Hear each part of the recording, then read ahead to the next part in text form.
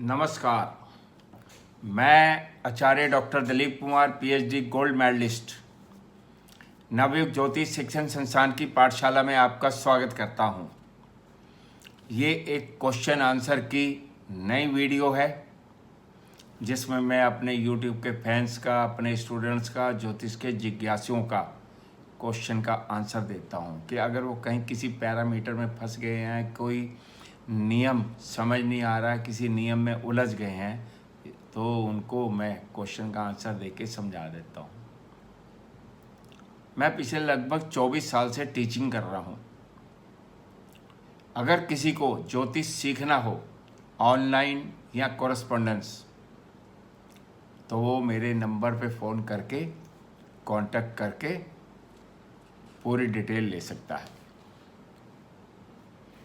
आज ये सबसे पहला क्वेश्चन है गौरव शर्मा जी का। प्रणाम गुरुजी, क्या नेचुरल मैलेफिक यदि लग्नेश हो जैसे शनि और मंगल, तो उनकी क्या दृष्टि नेगेटिव होगी? बिल्कुल नेगेटिव होगी। वो लग्नेश है, आपको अपनी दशा या अंतरदशा में चाहे मंगल हो चाहे शनि हो बहुत शुभ फल देगा, लेकिन उसकी जहाँ भी दृष्टि पड़ेगी वो अशुभ ही मानी जाएगी। नैसर्गिक शुभ ग्रहों की दृष्टि शुभ मानी जाती है और नेचुरल मैलेफिक ग्रहों की दृष्टि अशुभ ही मानी जाएगी। नेक्स्ट क्वेश्चन है ममता जोशी जी का। गुरुजी प्रणाम, प्लीज आंसर माई क्वेरी। मेष लगन में लगन 3 डिग्री का है, लगन में सूर्य 0 डिग्री 30 मिनट का है, शुक्र 1 डिग्री 40 मिनट का है, राहु इन 9th हाउस। राहु की दशा में शुक्र का अंतर हेल्थ से रिलेटेड फल कैसे देगा? Hope you will guide me. देखो, ये सबसे पहली बात तो है, लगन आपका बहुत कमज़ोर है, 3 डिग्री का है और राहु 9th हाउस में बैठ के पितृदोष बना रहा है, तो राहु की दशा आपको शुभ फल नहीं दे सकती है, आपको अशुभ फल ही देगी। नेक्स्ट क्वेश्चन है श्वेता धूमल जी का। कोटि कोटि प्रणाम गुरुजी।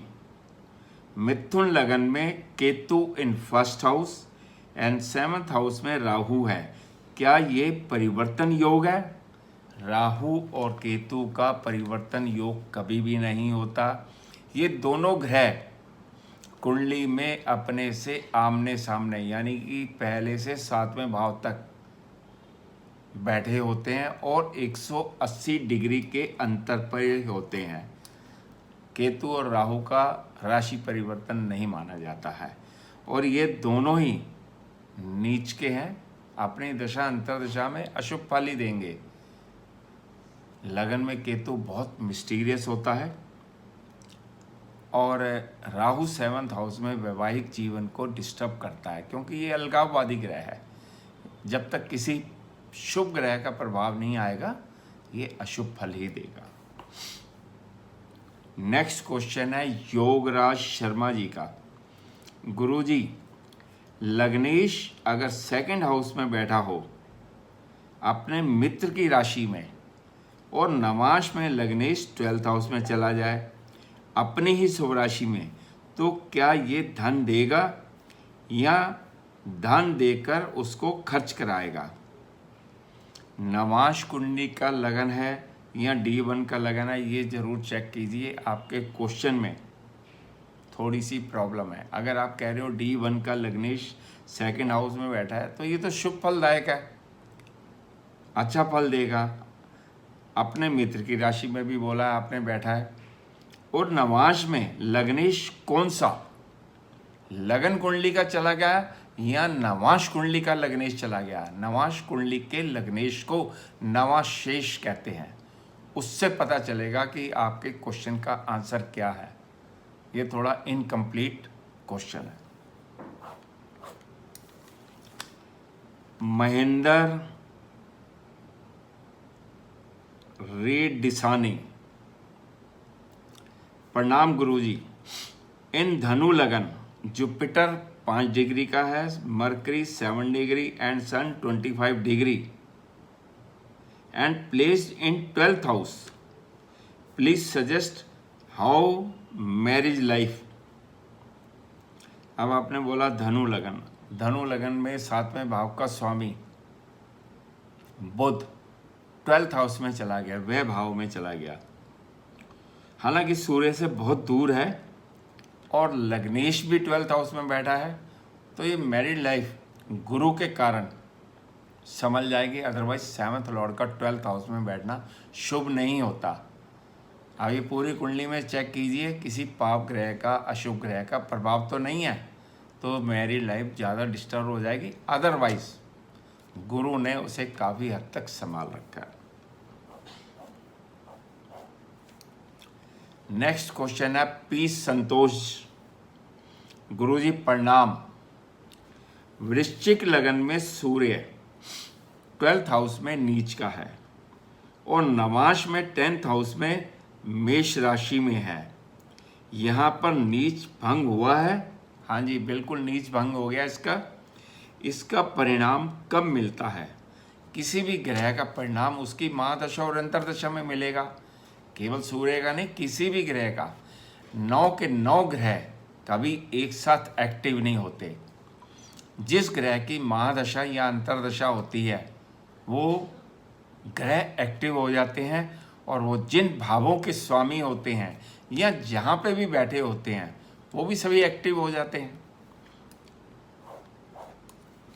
नेक्स्ट क्वेश्चन है जगदीश लाल अरोड़ा जी का। सर जी प्रणाम, very informative video. What is the role of degree difference between Shani and Surya? Shani और सूर्य की मैंने जो वीडियो बनाई थी उसमें आपको थोड़ा सा इंडिकेट किया था कि ये जितना ज़्यादा क्लोज होंगे, जितना डिग्री इनकी आसपास होंगी, उतना ही ये बुरा प्रभाव देंगे। लेकिन अगर सूर्य से शनि 10 डिग्री आगे या पीछे चला जाए तो उसके जितनी डिग्री दूर होती जाएगी उसके अशुभ प्रभाव कम होते जाएंगे, जिसके कारण आप पहले डिग्री चेक कीजिए, उससे आपको पता लग जाएगा कि कितनी दूरी में बैठे हैं दोनों एक दूसरे से। नेक्स्ट क्वेश्चन है सोनू गिल जी का। सर जी नमस्कार। एरीज लगन में 7th हाउस में सन 20 degree, Shani 20 degree, Rahu 13 degree और बुध 10th डिग्री का क्या फल होगा? क्या कोई ग्रह अस्त है? प्लीज़ बताएं, थैंक्स। सबसे पहले आपने बोला सूर्य 20 डिग्री का और शनि 20 डिग्री का, दोनों एक ही डिग्री पे बैठे हुए हैं, तो शनि तो अस्त हो गया। और राहु जो बैठा है वो सूर्य पर ग्रहण लगा रहा है, तो यानी कि सूर्य के शुभ प्रभाव कम हो जाएंगे। और आपने बोला है बुध भी वहाँ बैठा है 10 डिग्री का।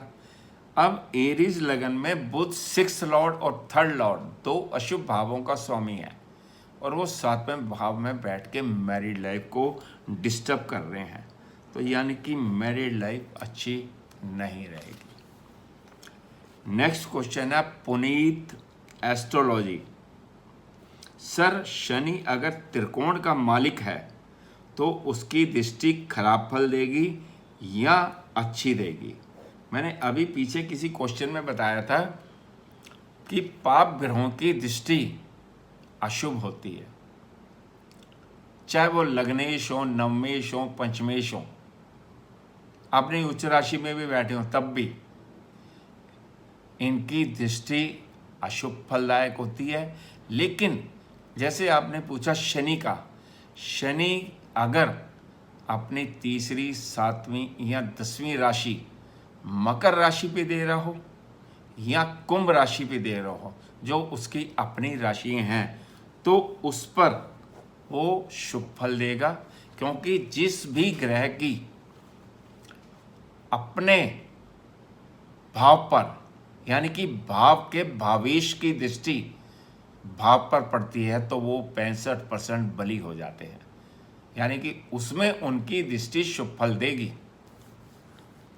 नेक्स्ट क्वेश्चन है श्रेया उपाध्याय जी का। प्रणाम गुरु जी, अगर विषम लगन में अष्टमेश और वैशेष, अष्टमेश तो हो गया गुरु और वैशेष हो गया मंगल, लाभ स्थान में हो तो मंगल की महादशा कैसी जाएगी? वृषभ लगन में मंगल मारक है, व्यय भाव का स्वामी है, और अष्टमेश गुरु अशुभ फलदायक है। लेकिन आपने बोला कि दोनों एक साथ लाभ भाव में बैठे हैं, तो यानी कि ये कैसा फल देंगे? अष्टमेश लाभ भाव में बैठकर वसीयत में धन संपत्ति दे सकता है, अर्न मनी, बिना मेहनत का धन दे सकता है। और 12वें भाव का स्वामी अगर 11th हाउस में बैठा है तो विदेशों से संबंध बनने पर या विदेशियों से संपर्क बनाने पर या विदेशी यात्राओं से धन लाभ हो सकता है। नमस्कार।